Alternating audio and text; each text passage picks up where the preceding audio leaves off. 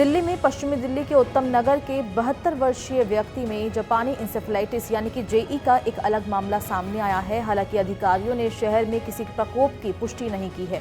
उन्होंने इस बात पर जोर दिया कि दिल्ली में रिपोर्ट किए गए अधिकांश जेई मामले पड़ोसी राज्यों से आते हैं।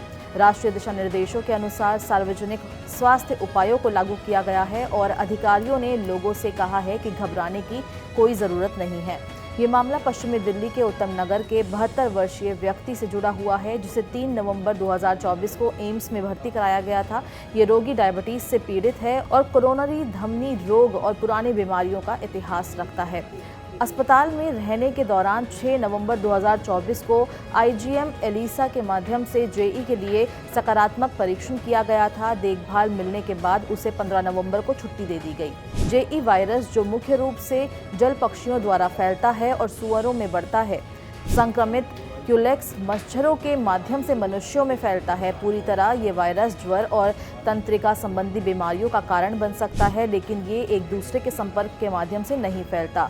चिंताओं को संबोधित करते हुए अधिकारियों ने जनता को आश्वस्त किया है कि दिल्ली में कोई प्रकोप नहीं हुआ है। अधिकांश रिपोर्ट किए गए मामले पड़ोसी राज्यों से हैं।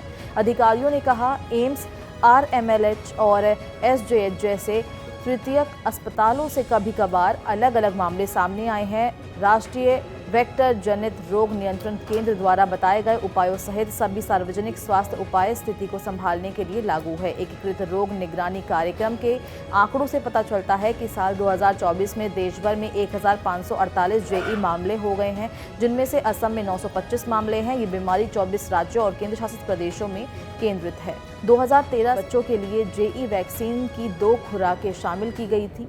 साथ ही वयस्कों के लिए टीकाकरण की शुरुआत उच्च बोझ वाले राज्यों में की गई, ताकि इस बीमारी पर लगाम लगाई जा सके। इसके बावजूद जेई गंभीर न्यूरोलॉजिकल जटिलताओं और घातक होने की संभावना के कारण कुछ क्षेत्रों में चिंता का विषय बना हुआ है। जापानी इंसेफेलाइटिस बीमारी से पीड़ित व्यक्ति में आमतौर पर या तो कोई लक्षण नहीं होते या फिर मामूली लक्षण होते हैं। बुखार और सिरदर्द मध्यम लक्षण हैं, जबकि मतली, उल्टी, गर्दन में अकड़न, बोलने में दिक्कत और स्पास्टिक पैरालिसिस गंभीर लक्षण है। रोकथाम के लिए लोगों को लंबी आस्तीन वाले कपड़े पहनने चाहिए, मच्छरदानी, कीटनाशक और विकर्षक का उपयोग करना चाहिए, खड़े पानी और नालियों को साफ रखना चाहिए और अपने घरों के आसपास साफ सफाई रखनी चाहिए।